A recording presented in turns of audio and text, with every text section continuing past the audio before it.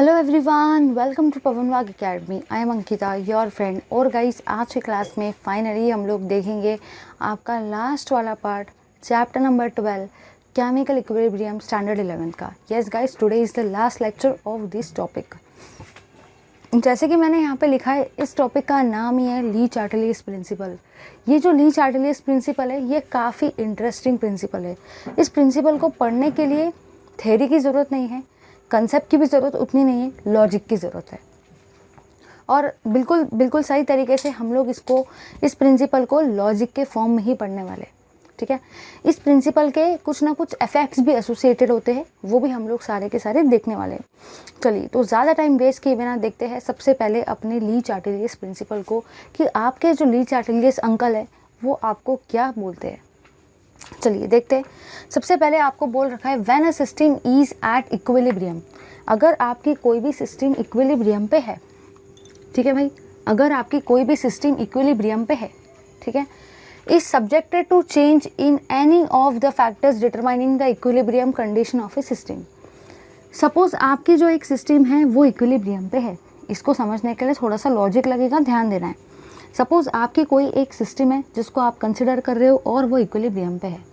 हम लोगों ने इतना बोल दिया कि ये सिस्टम इक्विलिब्रियम पे है, मतलब इसके अंदर में इक्विलिब्रियम साइन है। अब कुछ फैक्टर्स होते हैं जो डिपेंड करते हैं इस इक्विलिब्रियम के ऊपर में। यहाँ पे कुछ फैक्टर्स होते हैं, कुछ फैक्टर्स इन्वॉल्व होते हैं जो डिसाइड करते हैं इस इक्विलिब्रियम को। तो यहाँ पे ये बोल रखा है आपको, the system will respond in such a way so as to minimise the effect of change. अब मैंने सपोज कोई एक फैक्टर को चेंज कर दिया। लेट अस से यहाँ पे टोटल 4 फैक्टर है। लेट अस से ये जो टोटल 4 फैक्टर्स है ये डिटरमाइन करेंगे आपके इक्विलिब्रियम कंडीशन को। मतलब सबसे पहले ली चार्टेलियस प्रिंसिपल में आपको ली चार्टेलियस नाम के साइंटिस्ट ने ये कहा है कि आप एक सिस्टम को कंसिडर कर रहे हो और वो सिस्टम इक्विलिब्रियम पे है। अब कोई भी चीज़ अगर इक्विलिब्रियम पे होती है तो कुछ फैक्टर्स होते हैं जो उस इक्विलिब्रियम को डिसाइड करते हैं। लेट अस से मैं मान के चल रही हूँ 4 फैक्टर्स है जो इक्विलिब्रियम को डिसाइड करते हैं। अब मैंने ये 4 में से अगर एक फैक्टर को भी चेंज कर दिया तो आपका इक्विलिब्रियम भी चेंज हो जाएगा। तो अगर मैं कोई भी 4 में से कोई भी एक फैक्टर को चेंज कर देती हूँ तो मेरा इक्विलिब्रियम चेंज हो जाएगा। तो अब सिस्टम क्या करेगा, कुछ इस तरीके से परफॉर्म करेगा कि वापस वो इक्विलिब्रियम में आ जाए। मतलब पहले सिस्टम इक्विलिब्रियम में था, कुछ 4-5 फैक्टर्स थे जो डिटरमाइन कर रहे थे इक्विलिब्रियम को, जो डिपेंड कर रहे थे इस इक्विलिब्रियम के ऊपर में। अगर मैंने उसमें से एक फैक्टर को कोई भी चेंज कर दिया, कोई भी एक फैक्टर को या कोई भी 2 फैक्टर को अगर आप चेंज कर देते हो, ठीक है, तो आपका सिस्टम इक्विलिब्रियम पे रहेगा ही नहीं। क्योंकि अगर फैक्टर चेंज हो गए तो इक्विलिब्रियम भी चेंज हो जाएगा, सिस्टम इक्विलिब्रियम पे रहेगा ही नहीं। फिर सिस्टम क्या करेगा, फिर सिस्टम कुछ इस तरीके से बिहेव करेगा कि वापस से इक्विलिब्रियम आ जाए। क्योंकि सिस्टम को इक्विलिब्रियम बहुत ज़्यादा पसंद है, सिस्टम लव्स इक्विलिब्रियम। तो इक्विलिब्रियम पे अगर सिस्टम है तो बहुत बढ़िया बात है, और सिस्टम इक्विलिब्रियम को लव करता है। और अगर सिस्टम इक्विलिब्रियम पे है तो बहुत बढ़िया बात है। बट अगर आपने कोई भी एक फैक्टर को चेंज किया या कोई भी 2 फैक्टर को चेंज किए और सिस्टम के इक्विलिब्रियम को हिलाने की कोशिश की, सिस्टम के इक्विलिब्रियम को हिलाने की कोशिश की, तो सिस्टम जो है वो वापस इक्विलिब्रियम को लेके आ जाएगी। क्यों? क्योंकि सिस्टम इक्विलिब्रियम को लव करता है। फिर से एक बार देखो भाई, बहुत काम की चीज़ है इसलिए बार बार बताना पड़ रहा है। ये चीज़ डायरेक्टली 12th में आएगी, आयोनिक इक्विलिब्रिया वाले चैप्टर में, कॉमन आयन इफेक्ट में। तो फिर अगर ये अभी नहीं समझेगा तो वहाँ पे प्रॉब्लम जाएगा। तो समझ लो एक बार, अगर सिस्टम इक्विलिब्रियम पे है, बहुत सारे फैक्टर्स होते हैं 4-5 जो डिसाइड करते हैं उस इक्विलिब्रियम को।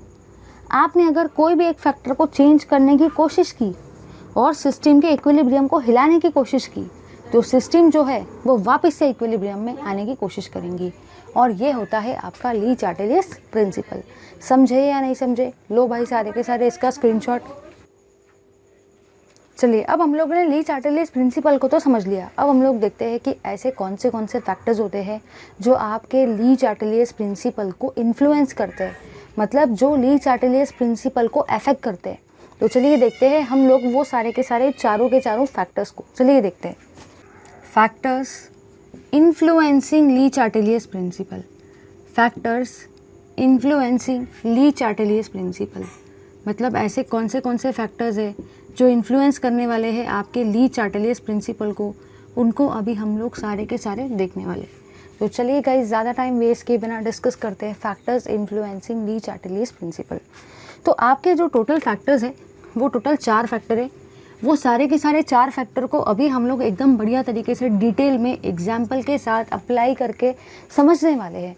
लेकिन उससे पहले हमको ये तो पता होना चाहिए कि कौन से 4 फैक्टर्स है जो इन्फ्लुएंस करते हैं ली चार्टेलियस प्रिंसिपल को। तो पहला जो आपका फैक्टर होता है वो है effect of change of concentration. Effect of change of concentration, ये आपका पहला फैक्टर है, ठीक है। सेकेंड फैक्टर आपका होता है इफेक्ट ऑफ टेम्परेचर। अगर एक है टेम्परेचर तो दूसरा क्या रहेगा, प्रेशर। तीसरा रहेगा आपका इफेक्ट ऑफ प्रेशर, और फोर्थ वाला आपका रहता है इफेक्ट ऑफ कैटलिस्ट।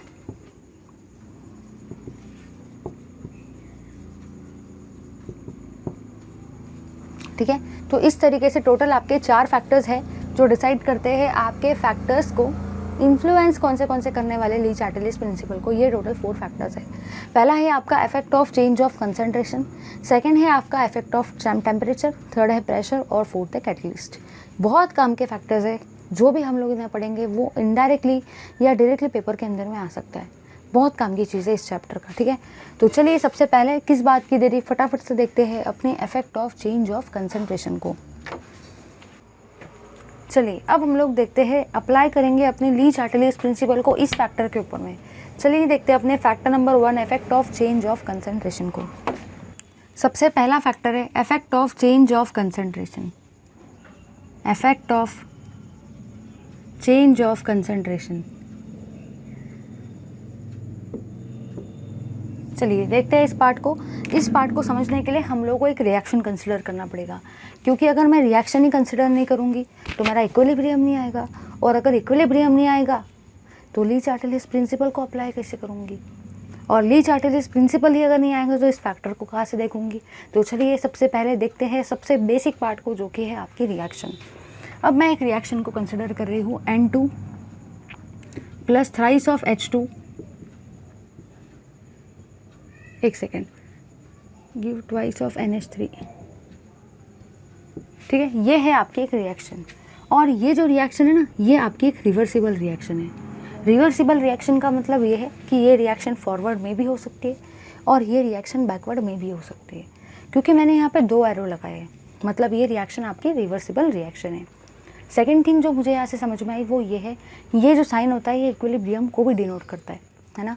मतलब कहीं ना कहीं इस रिएक्शन में इक्विलिब्रियम वाली स्टेज भी आने वाली है। इस रिएक्शन को देख के मुझे ऐसा पता लगता है, ठीक है। चलिए आगे बढ़ते हैं। अब क्या हुआ, सबसे पहले स्टेप में आपने क्या देखा, स्टेप नंबर 1। स्टेप नंबर 1 में आप जो ऑब्जर्व करते हो वो ये है कि आपका जो सिस्टम है इज इक्विलिब्रियम में, system is at equilibrium. Step number 1 से आपको ये पता चलता है कि आपका जो ये वाला सिस्टम है वो इक्विलिब्रियम पे है। अब आप लोग बोलेंगे मुझे कैसे पता चलेगा कि सिस्टम इक्विलिब्रियम पे। देखो भाई, यहाँ पे इक्विलिब्रियम का साइन दिख रहा है, रिएक्शन रिवर्सिबल है, मतलब आपको पहला समझ में ये आया कि आपका जो सिस्टम है वो इक्विलिब्रियम पे है, ठीक है। अब स्टेप नंबर 2, स्टेप नंबर 2 में देखो हम क्या करने वाले हैं। स्टेप नंबर 2 में हम लोग ऐड करने वाले हैं हाइड्रोजन को, एडिशन ऑफ हाइड्रोजन। हम लोग हाइड्रोजन गैस जो है उसको ऐड करेंगे स्टेप नंबर 2 में। अगर मैं हाइड्रोजन गैस को स्टेप नंबर 2 में ऐड करती हूँ, अगर मैं हाइड्रोजन गैस को ऐड कर देती हूँ, ठीक है, तो आप लोग ही मुझे बताना, ज़रा आप लोग ही बताना, स्टेप नंबर 1 में आपकी जो रिएक्शन है ये इक्विलिब्रियम पे थी। मतलब ये मैं ये भी बोल सकती हूँ कि ये जो पूरा का पूरा सिस्टम है ये भी इक्विलिब्रियम पे था। अब क्या हुआ, मैंने गलती से या जानबूझ के हाइड्रोजन को ऐड कर दिया। अगर मैं हाइड्रोजन को ऐड कर देती हूँ, अगर मैं हाइड्रोजन का अमाउंट बढ़ा देती हूँ, तो क्या मेरा सिस्टम इक्विलिब्रियम पे रहेगा? नहीं, पहले सिस्टम इक्विलिब्रियम पे था, नो डाउट, पहले इक्विलिब्रियम पे सिस्टम था, लेकिन जब मैंने इसके अंदर में हाइड्रोजन को ऐड करवा दिया तो अब मेरा सिस्टम इक्विलिब्रियम पे नहीं है। सिस्टम का इक्विलिब्रियम हिल गया भाई, जैसे अर्थक्वेक आता है तो धरती हिल जाती है ना, बिल्कुल इस तरीके से। तो जब मैंने हाइड्रोजन गैस को ऐड किया तो मेरे हाइड्रोजन गैस का कंसंट्रेशन बढ़ गया, और अब मेरी सिस्टम जो है इक्विलिब्रियम पे नहीं है। मतलब इस सिस्टम का जो इक्विलिब्रियम था वो क्या हो गया, वो डिस्टर्ब हो गया। तो मैं यहाँ पे ऐसा भी लिख सकती हूँ कि जो भी मेरे सिस्टम का इक्विलिब्रियम है, system equilibrium is disturb, system equilibrium is disturb. आपके जो भी सिस्टम का इक्विलिब्रियम था वो डिस्टर्ब हो गया, ये आपको समझ में आया, ठीक है। अब तीसरी थिंग, स्टेप नंबर 3 और स्टेप नंबर 4 खेलो, दोनों एक ही स्टेप में आते हैं। अब क्या होगा, अब आप लोग ये बता दो भाई, पहले सिस्टम इक्विलिब्रियम पे था, आपने हाइड्रोजन को ऐड किया, सिस्टम का इक्विलिब्रियम हिला के रख दिया भाई आपने, सिस्टम का इक्विलिब्रियम डिस्टर्ब हो गया, सिस्टम अब इक्विलिब्रियम पे नहीं रहा, तो अब सिस्टम क्या करेगा, अब सिस्टम क्या करेगा, सिस्टम वापस से इक्विलिब्रियम पे जाने की कोशिश करेगा ना, सिस्टम वापस से इक्विलिब्रियम पे जाने की कोशिश करेगा ना। तो मैं वही लिखूंगी, system tries to attain equilibrium again. मतलब सिस्टम कुछ इस तरीके से कोशिशें करेगा ताकि आपकी जो इक्विलिब्रियम है उस सिस्टम का फिर से उसके पास आ जाए।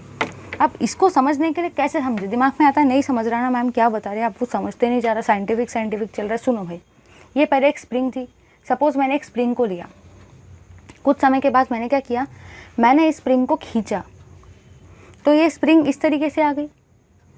अब आप लोग ही बता दो, जब मैं स्प्रिंग को छोड़ दूंगी तो सिस्टम वापस अपनी जगह पे चल जाएगा स्प्रिंग। ये बिल्कुल स्प्रिंग जैसा ही है, अगर बस देखने का नज़रिया चाहिए। अगर कोई भी स्प्रिंग रहती है, जब आप उस स्प्रिंग को खींचते हो तो वो स्प्रिंग इस तरीके से एलोंगेट हो जाती है, ठीक है भाई। लेकिन जब स्प्रिंग को छोड़ते हो तो सिस्टम वापस, स्प्रिंग या सिस्टम वापस अपनी जगह पे आ जाती है। बिल्कुल उसी टाइप का ये वाला केस है। पहले सिस्टम इक्विलिब्रियम पे था, जब आपने इस सिस्टम के अंदर में हाइड्रोजन को ऐड किया तो आपका जो सिस्टम था वो इक्विलिब्रियम से हिल गया, सिस्टम का इक्विलिब्रियम डिस्टर्ब हो गया। अब सिस्टम का इक्विलिब्रियम जो डिस्टर्ब हुआ वो ये वाली स्टेप है। जब सिस्टम इक्विलिब्रियम पे था तो वो आपकी ये वाली स्टेप थी। जब सिस्टम का इक्विलिब्रियम डिस्टर्ब हो गया, जब सिस्टम का इक्विलिब्रियम हिल गया तो ये वाली स्टेज आ गई। और बाद में क्या हुआ, सिस्टम वो कोशिश करेगा कि वो वापस इक्विलिब्रियम पे आ जाए। समझ गए ना, तो बस यही वाली चीज़ है। तो लो भाई सारे के सारे इसका स्क्रीनशॉट। चलिए, अब दिमाग में क्वेश्चन आता है कि मैम हमको ली चार्टेलियस प्रिंसिपल एकदम बढ़िया तरीके से समझ गया। हमको ली चार्टेलियस प्रिंसिपल में 4 इफेक्ट जो होते हैं वो इन्फ्लुएंस करते हैं ली चार्टेलियस प्रिंसिपल को, वो भी हमको समझ गए।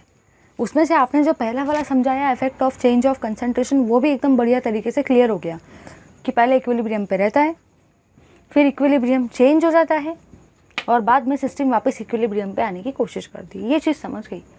अब आप हमको ये समझाओ कि वापस से जब सिस्टम अटेन करना चाहती है इक्विलिब्रियम, जब वापस से सिस्टम इक्विलिब्रियम पे आती है, तो आप हमको ये बताओ कि सिस्टम इक्विलिब्रियम पे वापस से कैसे आती है। ये सब तो हमको एकदम बढ़िया तरीके से समझ गया कि पहले इक्विलिब्रियम रहता है, फिर हम लोग इक्विलिब्रियम को हिला देते हैं, डिस्टर्ब कर देते हैं, फिर सिस्टम वापस इक्विलिब्रियम पे आता है। लेकिन सिस्टम वापस इक्विलिब्रियम पे कैसे आता है वो हमको बताओ। तो चलिए भाई देखते हैं हम लोग इसी टॉपिक के अंदर में, इसी पहले फैक्टर के अंदर में कि सिस्टम वापस इक्विलिब्रियम पे कैसे आता है। क्योंकि कोई मैजिक थोड़ी हो रहा है कि ये सिस्टम चल इक्विलिब्रियम पे वापस आ तो वो आपकी सुन के वापस इक्विलिब्रियम पे आ जाएगा, ऐसा थोड़ी होने वाला है। वहाँ पे कुछ ना कुछ तो होता होगा। सिस्टम जब वापस इक्विलिब्रियम पे आ रहा है तो क्या स्टेप इन्वॉल्व है वहाँ पे, क्या हो रहा है वहाँ पे, कौन सी प्रोसेस इन्वॉल्व है, वो हम लोग देखते हैं। चलिए देखते हैं उस पार्ट को। अब यहाँ पे देखो क्या होता है ना, यहाँ पे घसरगुंडी वाला खेल चलता है। मतलब मैं ऐसा बोल सकती कि ली चार्टेलियस प्रिंसिपल में फर्स्ट वाला फैक्टर जो आपका कंसंट्रेशन का, उसमें घसरगुंडी का खेल चलता है। घसरगुंडी का खेल सबको पता है भाई। देखो घसरगुंडी का खेल किस तरीके से होता है। घसरगुंडी का जो खेल होता है वो कुछ इस तरीके से होता है। ज़रा ध्यान देना, ज़रा ध्यान देना भाई, ज़रा ध्यान देना, ध्यान देना ज़रा। अगर एक साइड का कंसंट्रेशन बढ़ जाता है, अगर एक साइड का कंसंट्रेशन बढ़ जाता है तो रिएक्शन दूसरे साइड शिफ्ट हो जाती है। समझ गए ना, रिएक्शन दूसरे साइड शिफ्ट हो जाती है। ये आपकी पहली घसरगुंडी, समझा के देती हूँ, समझो। अब सेकंड थिंग ये कि अगर सपोज इधर साइड का कंसंट्रेशन है ज़्यादा तो रिएक्शन इधर साइड शिफ्ट हो जाएगी। दोनों साइड देखो आप, घसरगुंडी आपको दिख रही है या नहीं दिख रही है। बचपन में आप बहुत खेलते थे ना ग्राउंड में, खेला होगा भाई, गार्डन में, ग्राउंड्स में अलग अलग घसरगुंडी का खेल। भाई मैंने तो बहुत खेला है, बहुत ज़्यादा। अलग ही मज़ा आता था यहाँ से उतरने का, अलग ही मज़ा आता था। बार बार बार बार करते थे, बहुत मज़ा आता था। और उतरते वक्त बहुत सारे अलग अलग गाने गाते थे, क्या क्या आवाज़ें निकालते थे, वेरी इंटरेस्टिंग। आपको भी शायद अपनी याद आ रही होगी। चलो देखो यहाँ पे क्या होता है, टॉपिक को समझते हैं। कहना मुझे ये है कि अगर सपोज़ मेरे लेफ़्ट हैंड साइड का कंसंट्रेशन बहुत ज़्यादा बढ़ जाए, अगर सपोज़ मेरे लेफ़्ट हैंड साइड का कंसंट्रेशन बहुत ज़्यादा बढ़ जाए तो मेरी रिएक्शन किस साइड में मूव होंगी? और राइट हैंड साइड की तरफ। समझ गए ना? अगर मेरा लेफ़्ट हैंड साइड का कंसंट्रेशन बहुत बढ़ जाए, अगर मेरा लेफ़्ट हैंड साइड का कंसंट्रेशन बहुत बढ़ जाए तो रिएक्शन मेरे राइट हैंड साइड में शिफ्ट होंगी। समझ गए ना? तो ये हुई भाई आपकी पहली घसरगुंडी। अब सेकंड घसरगुंडी को समझते हैं। अगर आपके राइट हैंड साइड में कंसंट्रेशन बहुत ज़्यादा हो जाए, अगर आपके राइट हैंड साइड में कंसंट्रेशन बहुत ज़्यादा हो जाए तो रिएक्शन कौन से साइड में शिफ्ट होगी? लेफ़्ट हैंड साइड में। भाई सीधी सीधी बात, ज़रा इसको रट्टा मत मारो, सिर्फ समझो। अगर लेफ़्ट हैंड साइड में कंसंट्रेशन बढ़ जाए, अगर लेफ़्ट हैंड साइड में कंसंट्रेशन बहुत ज़्यादा हो जाए तो आपकी रिएक्शन राइट हैंड साइड में शिफ्ट हो जाएगी, तो आपकी रिएक्शन राइट हैंड साइड में शिफ्ट हो जाएंगी। समझ गए ना? सेकंड पॉइंट ये है कि अगर राइट हैंड साइड में कंसंट्रेशन बहुत बढ़ जाए, अगर राइट हैंड साइड का कंसंट्रेशन बहुत ज़्यादा इंक्रीज़ हो जाए तो आपकी रिएक्शन लेफ़्ट हैंड साइड में शिफ्ट हो जाएगी, तो आपकी रिएक्शन लेफ़्ट हैंड साइड में शिफ्ट हो जाएंगी। समझे या नहीं समझे? तो बस कहना इतना ही था कि अगर लेफ़्ट का कंसंट्रेशन बढ़ गया तो रिएक्शन राइट में शिफ्ट होगी, लेफ़्ट का कंसंट्रेशन बढ़ गया तो रिएक्शन राइट में शिफ्ट होगी, और अगर राइट का कंसंट्रेशन बढ़ गया तो रिएक्शन लेफ़्ट में शिफ्ट हो जाएगी, रिएक्शन लेफ़्ट में शिफ्ट हो जाएगी। समझे या नहीं समझे भाई? चलिए, तो इस तरीके से रिएक्शन जो है, सिस्टम जो है वो इक्विलिब्रियम पे आने की कोशिश करता है। आपने जब सिस्टम के इक्विलिब्रियम को हिलाया तो सिस्टम तो हिल गया, उसका इक्विलिब्रियम हिल गया, रिएक्टेंट प्रोडक्ट हिल गए, लेकिन फिर सिस्टम वापस इक्विलिब्रियम पे चल जाता है। कैसे? बिल्कुल इस तरीके से। अगर लेफ़्ट का बढ़ जाए तो वो राइट में शिफ्ट होगा, राइट का बढ़ जाए तो वो लेफ़्ट में शिफ्ट होता है। ये होता है भाई इक्विलिब्रियम रीगेनिंग का वे। अब कैसे इसको अप्लाई करेंगे वो भी देख लेते हैं। चलो अब ज़रा ध्यान देना यहाँ पे। सपोज़ अगर मैं यहाँ पे नाइट्रोजन का कंसंट्रेशन जो है वो इंक्रीज़ कर देती हूँ, सपोज़ मैं नाइट्रोजन का कंसंट्रेशन बढ़ा दे रही हूँ, नाइट्रोजन का कंसंट्रेशन जो है वो मैंने बहुत ज़्यादा इंक्रीज़ कर दिया है, बहुत ज़्यादा बढ़ा दिया है, तो नाइट्रोजन कौन से साइड में है? लेफ़्ट हैंड साइड में। ज़रा ध्यान देना, मैंने नाइट्रोजन का कंसंट्रेशन इंक्रीज़ कर दिया है, मैंने नाइट्रोजन का कंसंट्रेशन इंक्रीज़ कर दिया है इस सिस्टम के अंदर में, इस इक्विलिब्रियम वाले रिएक्शन के अंदर में मैंने नाइट्रोजन के कंसंट्रेशन को इंक्रीज़ कर दिया। मतलब मैंने लेफ़्ट हैंड साइड के कंसंट्रेशन को बढ़ा दिया, मैंने लेफ़्ट हैंड साइड के कंसंट्रेशन को बढ़ा दिया, तो अब मेरी रिएक्शन कौन से साइड में शिफ्ट होगी? राइट हैंड साइड में। समझे या नहीं समझे? ये फर्स्ट पॉइंट हुआ। तो अगर नाइट्रोजन के कंसंट्रेशन को बढ़ाया, मतलब लेफ़्ट हैंड साइड के इक्विलिब्रियम या लेफ़्ट हैंड साइड के रिएक्शन के कंसंट्रेशन को इंक्रीज़ करा, तो रिएक्शन राइट में शिफ्ट होगी। समझे या नहीं समझे? चलो आगे बढ़ते हैं। सपोज़ अगर मैं नाइट्रोजन की जगह पे हाइड्रोजन का कंसंट्रेशन इंक्रीज़ कर दूँ, सपोज़ अगर मैं नाइट्रोजन की जगह पे हाइड्रोजन का कंसंट्रेशन इंक्रीज़ कर दूँ, तो हाइड्रोजन भी रिएक्शन के कौन से साइड में भाई? लेफ़्ट हैंड साइड में। हाइड्रोजन भी तो लेफ़्ट हैंड साइड में ना। तो अगर मैंने लेफ़्ट हैंड साइड का कंसंट्रेशन इंक्रीज़ कर दिया, क्योंकि जो मेरा हाइड्रोजन है वो मेरे रिएक्शन के लेफ़्ट हैंड साइड में आ रहा है, तो अगर मैंने लेफ़्ट हैंड साइड के कंसंट्रेशन को इंक्रीज़ कर दिया तो मेरी रिएक्शन कहाँ पे शिफ्ट होगी? राइट हैंड साइड में। मेरी रिएक्शन कहाँ पे शिफ्ट होगी? राइट हैंड साइड में। ये भी किस्सा हो गया। अब थर्ड वाले केस को समझते हैं भाई। थर्ड वाला केस आपका ये है कि अगर मैं अमोनिया के कंसंट्रेशन को इंक्रीज़ कर देती हूँ, अगर मैं अमोनिया के कंसंट्रेशन को इंक्रीज़ कर देती हूँ तो अमोनिया रिएक्शन के कौन से साइड में है? राइट साइड में। अमोनिया रिएक्शन के कौन से साइड में है? राइट साइड में। तो मैंने राइट साइड का कंसंट्रेशन इंक्रीज़ कर दिया भाई, इंक्रीज़ कर दिया, तो रिएक्शन मेरी कौन से साइड में शिफ्ट होंगी? सारे के सारे जल्दी से बता दो। लेफ़्ट हैंड साइड में। मेरी रिएक्शन कौन से साइड में शिफ्ट होगी? लेफ़्ट हैंड साइड में। समझ गए ना? तो कहना मुझे ये है कि अगर नाइट्रोजन का कंसंट्रेशन बढ़ाया तो नाइट्रोजन रिएक्शन के लेफ़्ट में है, तो रिएक्शन राइट में शिफ्ट होगी, राइट में। अगर हाइड्रोजन का कंसंट्रेशन बढ़ाया तो हाइड्रोजन जो है वो रिएक्शन के लेफ़्ट साइड में, तो लेफ़्ट साइड में अगर है तो वो राइट साइड में रिएक्शन आपकी शिफ्ट होगी। और अगर थर्ड केस में अगर आपने अमोनिया का कंसंट्रेशन बढ़ाया, अगर आपने अमोनिया का कंसंट्रेशन बढ़ाया तो रिएक्शन के अंदर में अमोनिया राइट साइड में है, तो राइट हैंड साइड का अगर आपने कंसंट्रेशन बढ़ा दिया तो आपकी रिएक्शन कौन से साइड में शिफ्ट होगी? लेफ्ट हैंड साइड में। समझे या नहीं समझे? लो भाई सारे के सारे इसका स्क्रीनशॉट। चलिए भाई, अब हम लोगों ने फर्स्ट वाले फैक्टर को देखा, अब देखते हैं सेकंड वाले फैक्टर को, जो आपका इन्फ्लुएंस करता है, जो अफेक्ट करता है आपकी डी चार्टेलियस प्रिंसिपल को। तो भाई जो आपका सेकंड फैक्टर है उसका नाम है आपका इफेक्ट ऑफ प्रेशर। चलिए देखते हैं इफेक्ट ऑफ प्रेशर को एकदम बढ़िया और लॉजिक और ट्रिकफुली। ठीक है, तो सेकंड फैक्टर आपका है इफेक्ट ऑफ प्रेशर।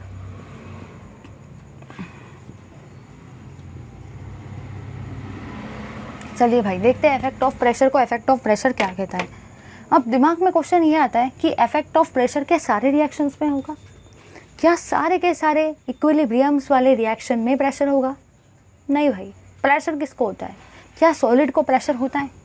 क्या सॉलिड को प्रेशर होता है? नहीं रे बाबा, सॉलिड को कहाँ से प्रेशर होगा? सॉलिड तो हार्ड होते हैं, सॉलिड तो इनकॉम्प्रेसिबल होते हैं, सॉलिड को तो कॉम्प्रेस कर ही नहीं सकते, तो सॉलिड को प्रेशर कहाँ से होगा? फिर दिमाग में आता है क्या लिक्विड को प्रेशर होगा? अरे भाई, क्या आप लिक्विड को ऐसे दबा सकते हो? क्या आपने पानी को कभी मुट्ठी में लेके ऐसे ऐसे दबाने की कोशिश की? क्या आप पानी को दबा सकते हो? नहीं दबा सकते। मतलब आपके लिक्विड को भी प्रेशर नहीं है।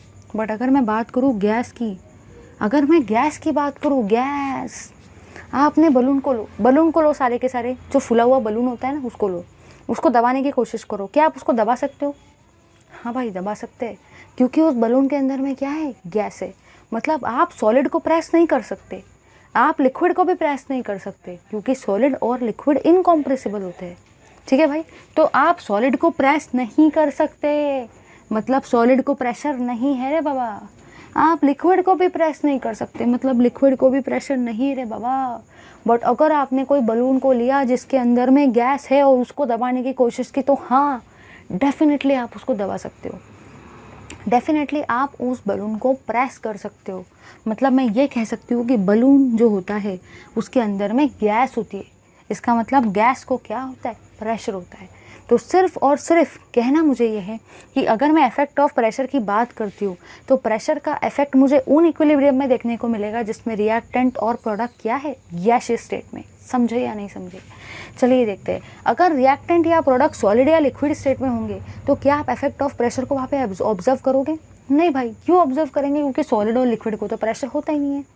तो अगर रिएक्टेंट गैस है या प्रोडक्ट गैस है या दोनों गैस है तो आप वहाँ पे इफेक्ट ऑफ प्रेशर को डेफिनेटली ऑब्जर्व करोगे। समझ गए ना? चलिए आगे बढ़ते हैं। तो पहला पॉइंट मैंने यहाँ पे ये देखा कि जो भी आपका इफेक्ट ऑफ प्रेशर है, द इफेक्ट ऑफ प्रेशर, जो भी आपका प्रेशर का इफेक्ट है, can only be seen, can only B observed in gaseous equilibrium reaction, in gaseous equilibrium reaction. मतलब यहाँ पे गाइस मैंने जो ऑब्ज़र्व किया, यहाँ पे गाइस मैंने जो ऑब्ज़र्व किया वो ये ऑब्ज़र्व किया कि मेरा जो इफेक्ट है प्रेशर का वो मैं ऑब्ज़र्व करती हूँ कौन से? वो उन इक्विलिब्रियम में जिनमें आपके रिएक्टेंट और प्रोडक्ट गैसेस में। देखो ज़रा इस तरीके से, सपोज़ ये आपकी कोई इक्विलिब्रियम की रिएक्शन है, लेट अस से A + B give C + D दे रहा है। यहाँ पे ये गैस है, ये भी गैस है, ये भी गैस है, ये भी गैस है।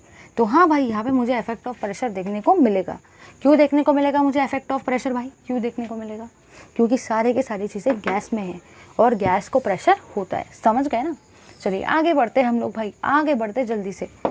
अब दिमाग में क्वेश्चन ये आता है कि भाई मुझे कैसे पता चलेगा कि रिएक्शन के अंदर में प्रेशर बढ़ा या प्रेशर कम हुआ? क्या मेरे पास वो प्रेशर को पहचानने वाली आँखें हैं? क्या मैं देख के पहचान सकता हूँ कि रिएक्शन के अंदर में अभी प्रेशर बढ़ गया? क्या मैं ऐसी भविष्यवाणी कर सकता हूँ कि रिएक्शन के अंदर में प्रेशर बढ़ गया, रिएक्शन के अंदर में प्रेशर कम हो गया? क्या मेरी आँखों में प्रेशर को मेजर करने वाला बैरोमीटर है? नहीं।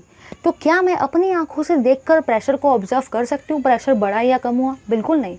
तो दिमाग में क्वेश्चन आता है भाई मुझे कैसे पता चलेगा कि रिएक्शन के अंदर में प्रेशर बढ़ा है या प्रेशर कम हुआ है?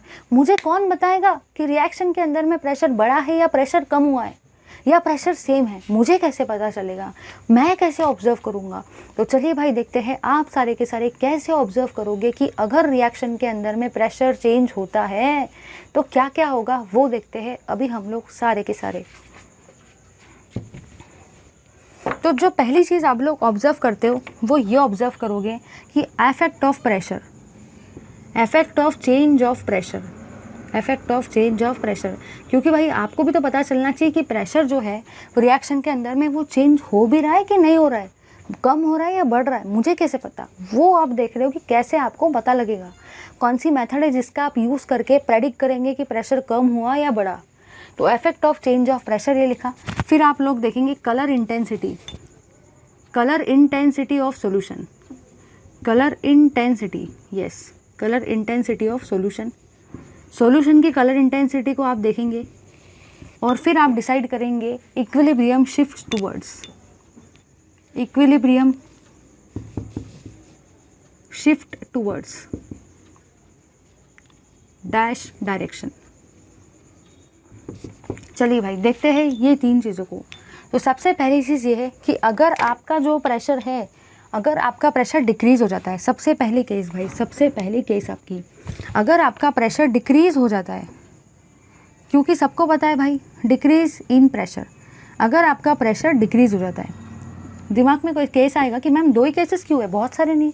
अरे भाई आप ही बताओ, दुनिया में जैसे प्लस और माइनस 2 चीज़ें होती है, दुनिया में जैसे ट्रू और फॉल्स 2 चीज़ें होती है, दुनिया में जैसे येस और नॉट 2 चीज़ें होती है, इन द सेम फैशन दुनिया में वैसे ही 2 वर्ड्स होते हैं, इंक्रीज़ और डिक्रीज़। इसलिए 2 ही इफेक्ट होंगे, एक तो बढ़ेगा या तो कम होगा, और कौन सा इफेक्ट होंगे भाई, समझ गए ना। तो एक है आपका डिक्रीज़ ऑफ प्रेशर। अब अगर रिएक्शन के अंदर में प्रेशर डिक्रीज़ होता है तो आपको कैसे पता चलेगा, वो मैं आपको भी बता रही हूँ कि जो भी कलर है ना, colour of solution, colour of solution, जो भी आपका कलर है भाई, जो भी आपका कलर रहेगा सॉल्यूशन का, बिकम्स डार्क, बिकम्स डार्कर। मतलब अगर आपने प्रेशर को बढ़ा दिया, अगर रिएक्शन के अंदर में प्रेशर, सॉरी, रिएक्शन के अंदर में अगर प्रेशर डिक्रीज़ होता है, डिक्रीज़ इन प्रेशर, अगर रिएक्शन के अंदर में आपका जो प्रेशर है वो डिक्रीज़ होता है, तो आपको कैसे पता चलेगा कि रिएक्शन के अंदर में प्रेशर डिक्रीज़ हुआ है? आपको ऐसा पता चलेगा कि जो भी कलर रहेगा उस सॉल्यूशन का वो डार्क हो जाएगा। सपोज़ पहले अगर सॉल्यूशन का कलर लाइट पिंक था तो वो बाद में डार्क पिंक बन जाएगा। सपोज़ अगर पहले सॉल्यूशन का कलर लाइट ग्रीन था तो बाद में वो डार्क ग्रीन बन जाएगा। तो अगर कलर डार्क हो गया तो आप समझ जाओ कि रिएक्शन के अंदर में प्रेशर जो था वो रिएक्शन के अंदर में प्रेशर जो था वो डिक्रीज़ हो गया। ठीक है, तो इस तरीके से आप ऑब्जर्व कर सकते हो। तो डिक्रीज़ इन प्रेशर को कैसे ऑब्जर्व करोगे, कलर अगर डार्क होता है तो। और इसी के बाद में आपको ये भी याद रखना है कि अगर आपका कलर डार्क होता है तो आप इससे एक और चीज़ जो जज कर सकते हो वो ये है कि इक्विलिब्रियम कौन से साइड में शिफ्ट होगा।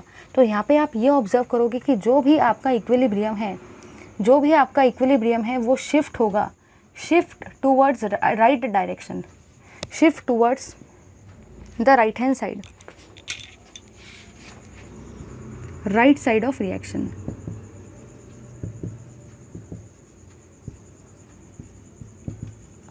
समझ गए?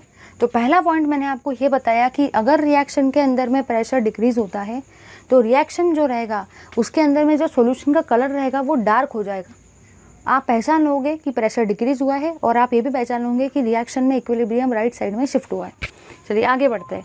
अगर प्रेशर इंक्रीज़ हो जाए, डिक्रीज़ का उल्टा क्या होता है, इंक्रीज़। तो सेकंड केस ये है कि अगर आपका प्रेशर इंक्रीज़ हो जाए, अगर आपका प्रेशर इंक्रीज़ हो जाए तो अब आप लोग मुझे बताओ यार, डिक्रीज़ का उल्टा इंक्रीज़ हुआ है तो डार्क का उल्टा क्या हो जाएगा, लाइट। तो मैं यहाँ पे क्या लिखूँगी, colour of solution, colour of solution, जो भी आपके सॉल्यूशन का कलर रहेगा becomes lighter, becomes lighter. Lighter मतलब ही वो फेंट हो जाएगा, आप उसको फेंट भी बोल सकते हो। समझ गए ना? मतलब अगर आपके सॉल्यूशन के अंदर में, अगर आपके रिएक्शन के अंदर में या आपके इक्विलिब्रियम के स्टेट के अंदर में या सिस्टम के अंदर में अगर आपका प्रेशर इंक्रीज़ हो जाता है तो आपको वो ऐसे पता चलेगा कि आपका जो कलर रहेगा वो लाइट हो जाएगा। मतलब अगर सपोज़ आपका कलर जो है वो डार्क पर्पल है तो वो लाइट पर्पल हो जाएगा। सपोज़ अगर आपके सॉल्यूशन का कलर पहले डार्क रेड था तो बाद में वो एकदम लाइट रेड बन जाएगा। पहले अगर सॉल्यूशन का कलर डार्क ग्रीन था तो वो लाइट ग्रीन बन जाएगा। तो अगर सॉल्यूशन का कलर लाइट हो जाएगा तो आप पहचान लेंगे कि हाँ भाई हाँ, मेरा प्रेशर इंक्रीज़ हुआ है। और अब आप लोग ही बता दो, डिक्रीज़ का उल्टा इंक्रीज़ हुआ, डार्कर का उल्टा लाइटर हुआ, तो यहाँ पे आपका इक्विलिब्रियम राइट साइड में शिफ्ट हो रहा था, तो नीचे में कहाँ पे शिफ्ट होगा, लेफ्ट साइड में। बिल्कुल इसका उल्टा कर देना। तो यहाँ पे आप लिखेंगे इक्विलिब्रियम, यहाँ पे आप लिखेंगे भाई equilibrium shifts towards the left side of reaction. आपका जो इक्विलिब्रियम है वो लेफ्ट साइड ऑफ रिएक्शन में शिफ्ट हो जाएगा। समझ गए ना। तो इस तरीके से अगर प्रेशर चेंज होता है, तो वैसे तो प्रेशर आपके गैसियस इक्विलिब्रियम में चेंज होगा, वो हम समझ चुके हैं, लेकिन ऑब्जर्व ये कलर से आपको पता चलेगा। तो लो इसका जल्दी से स्क्रीनशॉट। चलिए भाई, अब हम लोग इसके आगे में बढ़ते हैं। आगे कुछ ऐसे केसेस है जहाँ पे आप एकदम हैरान रह जाएंगे कि गैस होने के बाद भी प्रेशर अफेक्ट नहीं कर रहा है। तो चलिए अब मैं कुछ एग्जाम्पल्स को ला रही हूँ आप सबके सामने, कुछ एग्जाम्पल्स को ला रही हूँ स्क्रीन पर, जिनको देख के आप खुद हैरान हो जाएंगे कि ऐसा भी पॉसिबल होता है। तो चलिए देखते हैं उस पर्टिकुलर थिंग को। तो मैं आपको एक काफ़ी खतरनाक वाला इंपॉर्टेंट पॉइंट लिखा के दे रही हूँ। वो पॉइंट अगर आपको समझ जाए तो आपको सब समझ जाएगा, सब कुछ समझ जाएगा भाई। ठीक है। The change of pressure have an affect on equilibrium. ये पॉइंट ये कह रहा है कि आपका जो प्रेशर है उसका जो चेंज है वो इक्विलिब्रियम को अफेक्ट करेगा। ओनली व्हेन, ये तो पहले आपका गैसियस इक्विलिब्रियम है। ओनली व्हेन, एक बार मुझे लिखने दो, सब समझ जाएगा। Only when the number of moles, the total number of moles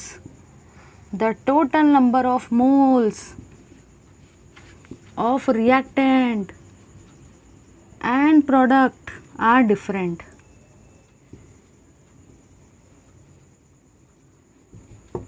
अरे भाई ये बहुत काम का सेंटेंस है, बहुत ज़्यादा काम का सेंटेंस है। कुछ लोगों को तो लगेगा कि ये सेंटेंस तो बुक में दिया ही नहीं, फिर मैम क्यों पढ़ा रही है। अरे भाई बुक वालों ने ये सेंटेंस आपको दिया ही नहीं, डायरेक्टली उन्होंने आपके सामने एग्जाम्पल्स ला लिए और आपको फटाफट समझाने लग गए। लेकिन अगर आपके पास में मेन स्टेटमेंट ही नहीं रहेगा तो आप समझोगे कहाँ से। इसलिए ये मेन स्टेटमेंट को मैंने वो एग्जाम्पल्स के देख के फ्रेम किया है स्पेशली आपके लिए। चलिए देखते हैं। यहाँ पे आपको ये बोल रखा है कि अगर कभी रिएक्शन गैस में होती भी है, अगर सपोज आपकी रिएक्शन गैस में होती है, अगर दोनों के दोनों रिएक्शन गैस में हो रही है, ठीक है भाई, क्योंकि आप सबको बताया था मैंने कि जो इफेक्ट होता है प्रेशर का वो गैसियस रिएक्टेंट और गैसियस प्रोडक्ट वाले रिएक्शन के ऊपर ही चेंज होता है, क्योंकि गैस के ऊपर ही प्रेशर दिखाता है। गैस ही आपको प्रेशर शो करती है, सॉलिड और लिक्विड तो शो नहीं करते, है ना, उसका चेंज। तो अब मैंने यहाँ पे ये ऑब्जर्व किया कि कुछ केसेस आप ऐसे ऑब्जर्व करोगे आप भी हैरान हो जाएंगे कि ऐसा भी होता है। भाई यहाँ पे सपोज अगर मैं A + B + C लेती हूँ, यहाँ पे सपोज अगर मैं A + B + C + लेटेस्ट से D ले लेती हूँ, ठीक है भाई। तो यहाँ पे मैंने ये ऑब्जर्व किया कि यहाँ पे मुझे effect of change of pressure देखने को मिलेगा और यहाँ पे मुझे effect of change of pressure देखने को नहीं मिलेगा। दिमाग में सबसे पहला क्वेश्चन ये आता है, मैम प्रेशर का तो इफेक्ट गैसियस रिएक्शन के ऊपर में होता है। अभी आपने थोड़ी देर पहले बताया था हमको कि प्रेशर का इफेक्ट गैसियस रिएक्शन के ऊपर में होता है, फिर तो ये भी गैस है, फिर तो ये भी गैस है, फिर effect of change of pressure यहाँ पे क्यों नहीं हुआ इक्विलिब्रियम पे और यहाँ पे क्यों हुआ। दिमाग में क्वेश्चन आता है ना। जब दोनों तरफ गैसियस रिएक्शन है, जब दोनों तरफ गैसियस इक्विलिब्रियम है, तो इधर साइड में effect of change of pressure हुआ इक्विलिब्रियम पर और इधर side effect of change of pressure equilibrium पे नहीं हुआ। तो ऐसा क्यों हुआ, उसका रीज़न आपको इस पॉइंट से मिलता है। चलिए समझते हैं इस पॉइंट को प्रैक्टिकली। अगर मैं बात करती हूँ लेटेस्ट से इसकी, तो यहाँ पे ये है 1 1 1, यहाँ पे ये भी है 1 1 1 1। चलिए समझते हैं ऐसा क्यों हो रहा है। ठीक है। अगर मैं बात करती हूँ रिएक्टेंट के टोटल नंबर ऑफ मोल्स की, रिएक्टेंट के टोटल नंबर ऑफ मोल्स की अगर मैं बात करती हूँ, नंबर ऑफ मोल्स को मैं N से रिप्रेजेंट कर रही हूँ और रिएक्टेंट को मैं R से रिप्रेजेंट कर रही हूँ। तो ये हुआ मेरा number of moles of reactant. तो रिएक्टेंट में टोटल कितने हैं, 1 + 1 2 है। रिएक्टेंट में आपके टोटल नंबर ऑफ मोल्स कितने हैं, 1 + 1 2 है। और अगर मैं प्रोडक्ट की टोटल नंबर ऑफ मोल्स की बात करती हूँ तो N मतलब नंबर ऑफ मोल्स, P मतलब प्रोडक्ट। अगर मैं प्रोडक्ट की नंबर ऑफ मोल्स की बात करती हूँ तो प्रोडक्ट में कितने हैं, 1 है। ठीक है। मतलब आपका जो number of moles of reactant है और जो number of moles of product है उनका वैल्यू कैसा है, डिफरेंट है। आपका जो number of moles of product है और रिएक्टेंट है वो डिफरेंट है। इसका मतलब effect of change of pressure जो है वो इक्विलिब्रियम को अफेक्ट करेगा। समझ गए? ये आपको मुझे बताना था। अगर मैं सपोज इस पॉइंट की बात करती हूँ, तो अगर मैं यहाँ पे number of moles of reactant निकालती हूँ तो यहाँ पे 1 + 1 कितना होता है 2। यहाँ पे आपके number of moles of reactant जो है 1 + 1 2 हो गए। अगर मैं बात करती हूँ number of moles of product की, अगर मैं number of moles of product की बात करती हूँ तो यहाँ पे भी 1 + 1 कितना हुआ 2।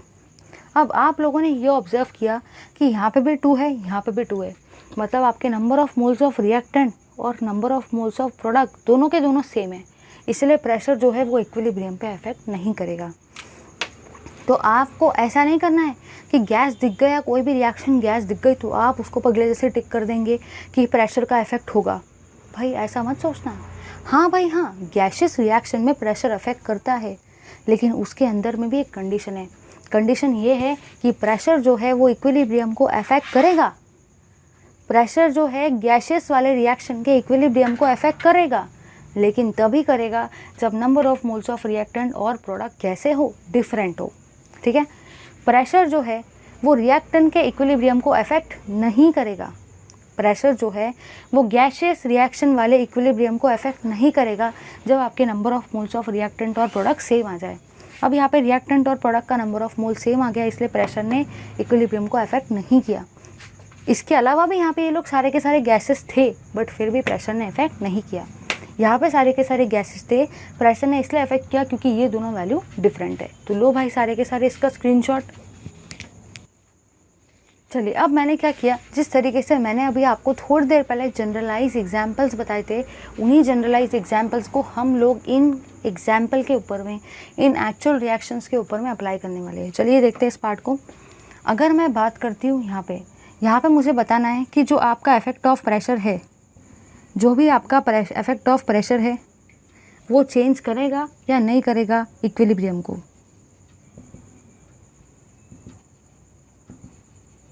ठीक है? यहाँ पे भी मैं वही वाला स्टेटमेंट लिखती हूँ, इफेक्ट ऑफ प्रेशर, जो भी आपका इफेक्ट ऑफ प्रेशर है वो चेंज करेगा या नहीं करेगा इक्विलिब्रियम को।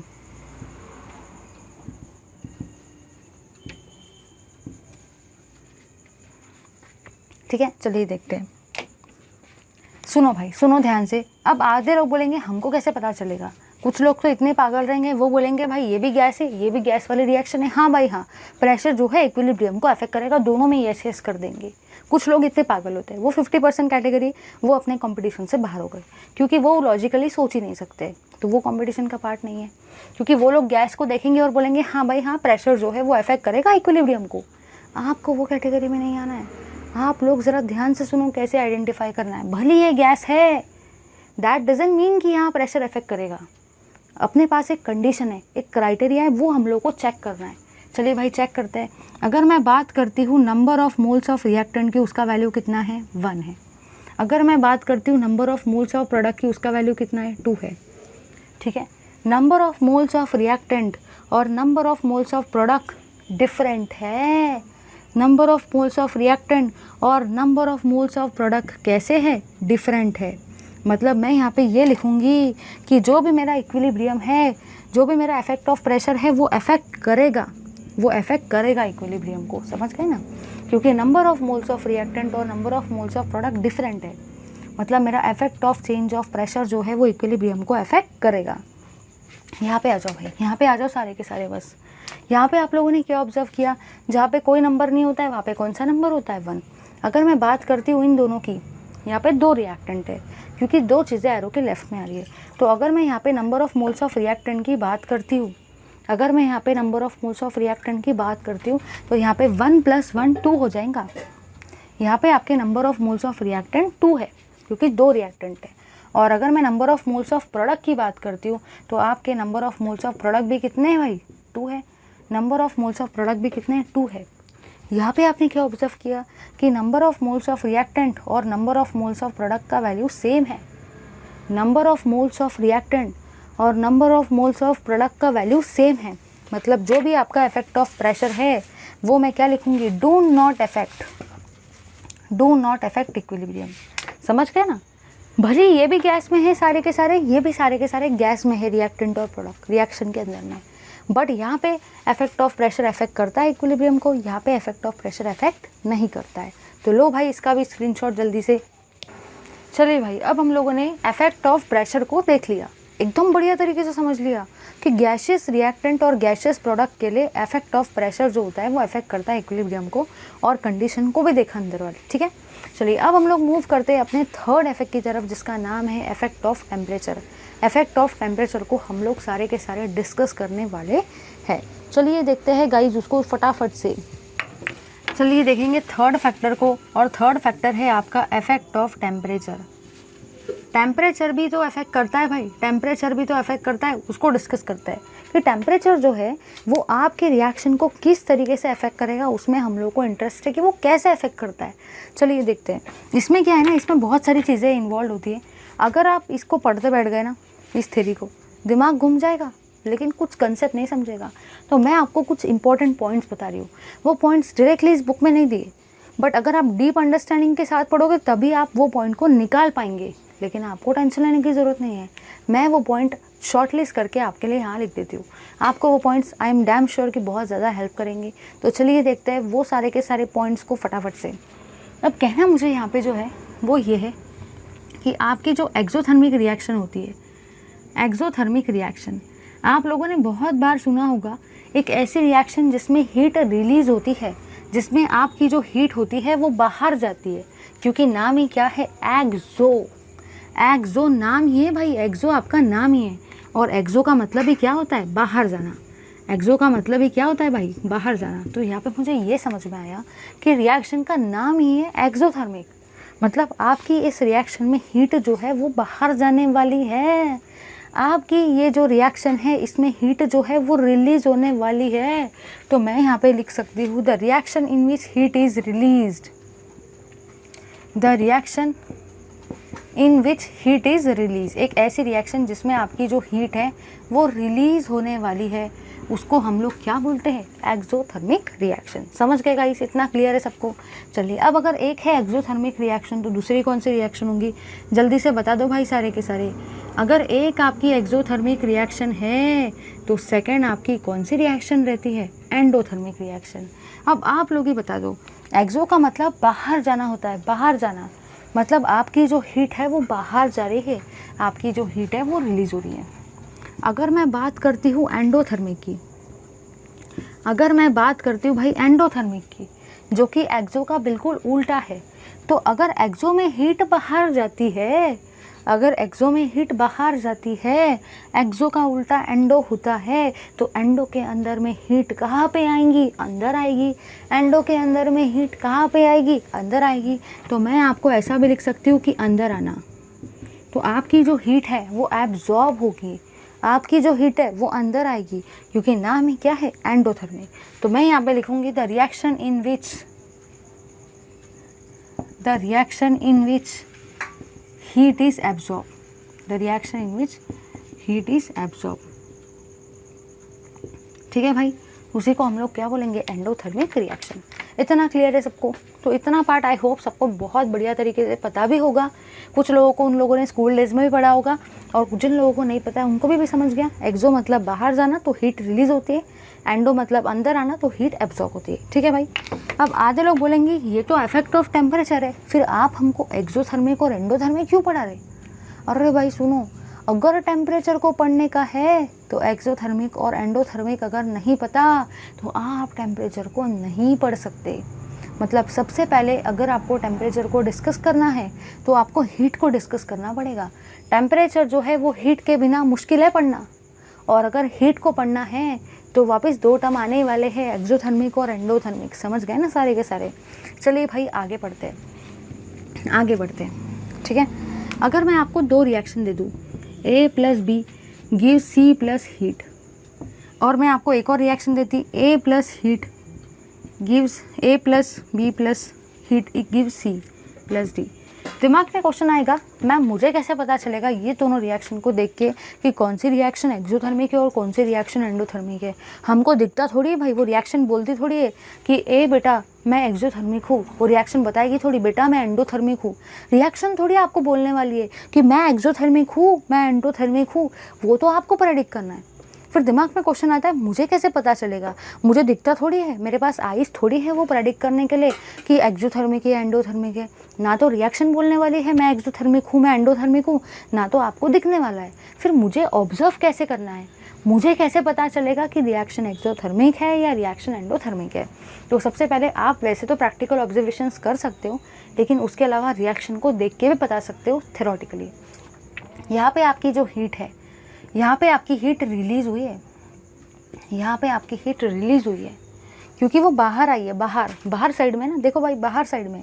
प्रेडिक्ट करने का तरीका ये बाहर साइड में है, मतलब रिएक्शन में हीट जो है वो रिलीज़ हुई है। तो आपकी रिएक्शन जिसमें हीट रिलीज़ होती है उसी को क्या बोला जाता है, एक्सोथर्मिक रिएक्शन। तो भाई ये क्या होगी, आपकी एक्सोथर्मिक रिएक्शन होगी। समझ गए ना सारे के सारे। तो इस रिएक्शन के केस में आपकी हीट बाहर जा रही है, बाहर हीट रिलीज़ हो रही है। अगर हीट रिलीज़ होती है तो रिएक्शन एक्सोथर्मिक है। ठीक है, इतना क्लियर है। अब सेकंड रिएक्शन को देख के आप क्या बताएंगे, इस रिएक्शन के अंदर हीट जो है वो अंदर में आ रही है। इस रिएक्शन के अंदर में आपकी जो हीट है वो अंदर में आ रही है, मतलब इस रिएक्शन के अंदर में आपकी जो हीट है वो क्या हो रही है, आपकी जो हीट है वो एब्जॉर्ब हो रही है। इस रिएक्शन के अंदर में आपकी हीट अंदर आ रही है, इस रिएक्शन के अंदर में आपकी हीट एब्जॉर्ब हो रही है। मतलब मैं बताओ, आप लोग ही बता दो भाई सारे के सारे, मैं नहीं बताती। हीट एब्जॉर्ब हो रही है तो रिएक्शन कौन सी रहेगी, एंडोथर्मिक। तो ये वाली आपकी जो रिएक्शन रहेगी ये कौन सी रहेगी भाई, एंडोथर्मिक। समझ गए सारे के सारे। हीट रिलीज होते दिखी, बाहर जाते दिखी, एक्सोथर्मिक। हीट अंदर आ रही है, एब्जॉर्ब हो रही है, एंडोथर्मिक। क्लियर है, चलिए आगे बढ़ते हैं। चलिए अब मैं आपको 2 ऑब्जर्वेशन लिखा के दे रही हूँ। सबसे पहले देखते हैं हम लोग हमारे फर्स्ट ऑब्जर्वेशन को। मैं आपको सबसे पहले 2 ऑब्जर्वेशंस लिखा के दे रही हूँ। हम लोग 2 ऑब्जर्वेशंस को देख रहे हैं। सबसे पहला ऑब्जर्वेशन आपका ये है, सबसे पहला ऑब्जर्वेशन आपका ये है कि अगर आपकी रिएक्शन एक्सोथर्मिक है, अगर आपकी रिएक्शन एक्सोथर्मिक है, डायरेक्टली ऑब्जर्वेशन को पढ़ लो डायरेक्टली। अगर वो क्वेश्चंस को करते बैठे ना तो आपके दिमाग में आएगा ही नहीं कुछ भी, क्योंकि वो बहुत कंफ्यूजिंग है, बहुत ज़्यादा कंफ्यूजिंग है। और हमको टॉपिक को समझना है। कोई भी टॉपिक अगर हार्ड भी होता है, सपोज़ ये टॉपिक आपका हार्ड है, तब भी हमको तो समझना है ना भाई उसको ईजी बना के। ऐसा तो नहीं कि हम उसको छोड़ देंगे। अब सुनो, अगर आपकी रिएक्शन एक्सोथर्मिक है तो अगर आपने टेम्परेचर को इंक्रीज़ कराया, अगर आपने टेम्परेचर को इंक्रीज़ कराया तो आपका जो Kc का वैल्यू है, आपका जो K इक्विलिब्रियम का वैल्यू है वो डिक्रीज़ होगा। इस ऊपर वाले साइन का मतलब इंक्रीज़ होता है और इस नीचे वाले साइन का मतलब डिक्रीज़ होता है। तो पहला केस ये है कि अगर रिएक्शन एक्सोथर्मिक है तो टेम्परेचर के बढ़ाने से Kc या K इक्विलिब्रियम का वैल्यू डिक्रीज़ होगा। ठीक है। और सेकेंड केस ये है कि अगर आपकी रिएक्शन एंडोथर्मिक है तो अगर आपने टेम्परेचर को इंक्रीज़ कराया, अगर आपने टेम्परेचर को इंक्रीज़ कराया तो जो भी आपका Kc का वैल्यू है, जो भी आपका K इक्विलिब्रियम का वैल्यू है वो भी क्या होगा, वो इंक्रीज़ होगा। यहाँ पे ये भी इंक्रीज़ हो रहा है, यहाँ पे ये भी इंक्रीज़ हो रहा है। बहुत काम की चीज़ है। फाइनल ऑब्जर्वेशन से यही निकल कर के है कि अगर रिएक्शन में हीट रिलीज़ होती है, अगर रिएक्शन के अंदर में आपकी जो हीट है वो रिलीज़ होती है, ठीक है भाई, मतलब रिएक्शन एक्सोथर्मिक है तो टेम्परेचर के बढ़ाने से Kc या K इक्विलिब्रियम का वैल्यू डिक्रीज़ होता है। अगर आपकी रिएक्शन एंडोथर्मिक है, मतलब अगर आपकी हीट एब्जॉर्ब होती है, ठीक है भाई, तो टेम्परेचर के बढ़ाने से Kc या K इक्विलिब्रियम का वैल्यू भी इंक्रीज़ होगा। बहुत काम का कंक्लूजन है। लो सारे के सारे इसका स्क्रीनशॉट। चलिए भाई, अब हम लोग हमारे देखते हैं लास्ट वाले फैक्टर को जो इन्फ्लुएंस करता है आपके लीच-आर्टलियस प्रिंसिपल को, और लास्ट फैक्टर है आपका इफेक्ट ऑफ कैटलिस्ट। तो चलिए गाइस, ज़्यादा टाइम वेस्ट किए बिना डिस्कस करते हैं फटाफट से अपने लास्ट वाले फैक्टर को जो इन्फ्लुएंस करता है लीच-आर्टलियस प्रिंसिपल को, जिसका नाम है इफेक्ट ऑफ कैटलिस्ट। ठीक है भाई। अब ये जो पार्ट है थोड़ा सा डिफ़िकल्ट पार्ट है। इसका मतलब ऐसा नहीं कि टीचर बहुत ही ख़राब पढ़ा रहा है, इसका मतलब ऐसा नहीं कि आप बहुत ही भोंदू, ऐसा नहीं है भाई।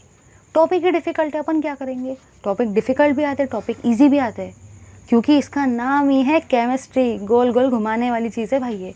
तो ये थोड़ा सा डिफ़िकल्ट पोर्शन है, नो डाउट, बट समझने के बाद समझ में आता है। चलिए देखते हैं लास्ट पार्ट को।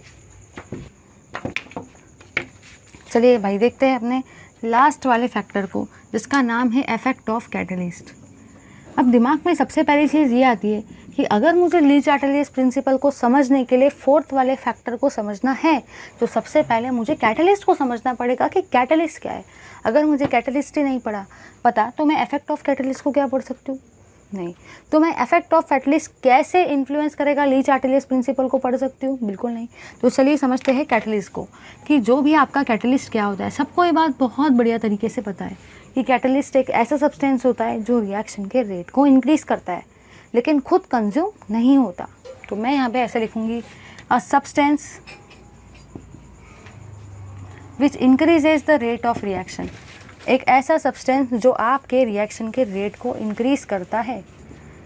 एक ऐसा सब्सटेंस जो इंक्रीज़ करता है भाई आपके रेट ऑफ रिएक्शन को। The substance which increases the rate of reaction without itself being consumed in the reaction, without itself being consumed in the reaction। यहाँ पे मुझे ये समझ में आया कि कैटलिस्ट जो होता है एक ऐसा सब्सटेंस है जो रिएक्शन के रेट को इंक्रीज़ करेगा लेकिन खुद रिएक्शन के अंदर में नहीं आता है। अब दिमाग में क्वेश्चन ये आता है, ठीक है मैम, ठीक है, कैटलिस्ट का डेफिनेशन तो समझ गया, आप हमको ये बताओ कैटलिस्ट कैसे अफेक्ट करेगा ली चार्टेलियस प्रिंसिपल को। चलिए देखते हैं। सबसे पहली चीज़ ये होता है भाई, जो भी आपका कैटलिस्ट होता है, कैटलिस्ट हैव नो इफेक्ट। बहुत काम का पॉइंट है ये। यहाँ से एमसीक्यू टाइप के क्वेश्चन कोई भी एंट्रेंस में भी आपको देखने को मिल सकते हैं। Catalyst have no effect on Kc और K इक्विलिब्रियम और इक्विलिब्रियम कांस्टेंट। मतलब कैटलिस्ट जो होता है उसका वो कोई बिल्कुल भी किसी तरीके से अफेक्ट नहीं करता Kc और K इक्विलिब्रियम के वैल्यू को। वो वैल्यू एज इट इज़ रहते हैं, चेंज नहीं होते, क्योंकि कैटलिस्ट कोई चेंज उनमें नहीं करता है। सेकेंड थिंग ये भी है, catalyst have no effect on the equilibrium of reaction. Equilibrium of reaction. तो यहाँ पे मुझे ये समझ में आया कि कैटलिस्ट सिर्फ और सिर्फ रिएक्शन के रेट को इंक्रीज़ करता है। कैटलिस्ट सिर्फ और सिर्फ रिएक्शन के रेट को इंक्रीज़ करता है। कैटलिस्ट सिर्फ और सिर्फ रिएक्शन के रेट को बढ़ाता है। लेकिन कैटलिस्ट जो है Kc, K इक्विलिब्रियम या इक्विलिब्रियम कांस्टेंट के वैल्यू को बिल्कुल भी अफेक्ट नहीं करता। कैटलिस्ट जो है रिएक्शन के इक्विलिब्रियम को भी बिल्कुल भी अफेक्ट नहीं करता है। ठीक है भाई, तो लो सारे के सारे इसका भी स्क्रीनशॉट। चलिए भाई, अब पढ़ते हैं टॉपिक का लास्ट पॉइंट। ठीक है, मतलब इस चैप्टर का लास्ट टॉपिक ऐसा भी बोल सकते हो, जिसका नाम है हेबर्स प्रोसेस। बहुत काम का प्रोसेस है ये। आपको हेबर्स प्रोसेस जो है स्टैंडर्ड 12th में केमिस्ट्री के अंदर में चैप्टर नंबर 7 जो है उसके अंदर में आने वाला है। तो अभी से अगर पढ़ लिया जाए तो वो आपको बहुत ज़्यादा हेल्प करेगा। चलिए देखते हैं उसको। चलिए देखते हैं भाई लास्ट टॉपिक को, जिसका नाम है आपका Haber's process. Haber's process of synthesis of ammonia. क्योंकि आपका जो हेबर्स प्रोसेस है वो एक ऐसा प्रोसेस है जिसमें आप अमोनिया को बनाते हो, जिसमें आप अमोनिया को सिंथेसाइज करते हो। और वो किसने किया है? हेबर्स ने। तो अगर हेबर के प्रोसेस का यूज़ किया और हेबर का नाम ले लिया तो हेबर विल, समझ गए ना, इसलिए आपको हेबर्स का भी नाम लेना पड़ेगा। चलिए समझते हैं इस चीज़ को एकदम बढ़िया तरीके से। यहाँ पे आपको ये बोल रखा है भाई, यहाँ पे आपको क्या बोल रखा है ज़रा ध्यान देना। क्या बोल रखा है ज़रा ध्यान देना। हेबर्स प्रोसेस का हम लोग देखते हैं रिएक्शन। तो रिएक्शन का नाम है सिंथेसिस ऑफ अमोनिया, क्योंकि इस रिएक्शन में हम लोग अमोनिया को मतलब ही NH3 को सिंथेसाइज करने वाले। चलिए देखते हैं क्या होगा। जो भी आपका N2 है वो 3H2 के साथ में मिक्स होता है और उससे आपको क्या देता है? उससे आपको वो देता है अमोनिया। ठीक है भाई, इतना क्लियर है सबको? इतना एकदम बढ़िया तरीके से क्लियर है। आगे बढ़ते हैं। ये है गैस, ये है गैस, ये है गैस। नाइट्रोजन भी गैस है, हाइड्रोजन भी गैस है, अमोनिया भी गैस है। मतलब रिएक्टेंट और प्रोडक्ट सारे के सारे आपके गैस है। ये जो रिएक्शन है, इस रिएक्शन में आप अमोनिया को सिंथेसाइज कर रहे हो, इसलिए ये जो रिएक्शन इसका नाम है सिंथेसिस ऑफ अमोनिया। ये आपकी नाइट्रोजन गैस है, ये आपकी हाइड्रोजन गैस है और ये आपकी अमोनिया गैस है। ठीक है, सबसे पहली और सबसे काम की चीज़। अब आप लोगों ने यहाँ पे क्या क्या ऑब्जर्व किया उसको हम लोग देख लेते हैं। क्या ये रिएक्शन अपने आप हो जाएंगी? क्या नाइट्रोजन के अंदर हाइड्रोजन को डालेंगे तो रिएक्शन अपने आप हो जाएगी? ऐसा हो जाएगा भाई? आप लोग ही बता दो जल्दी से बस, क्या ऐसा पॉसिबल है? ऐसा पॉसिबल नहीं है। तो कैसे होगा भाई, फिर कैसे होगा? चलिए देखते हैं। तो यहाँ पे क्या होता है ना, यहाँ पे आप आयरन मोलिब्डेनम कैटलिस्ट को यूज़ करने वाले हो। यहाँ पे इस केस में आप आयरन मोलिब्डेनम कैटलिस्ट को यूज़ करेंगे।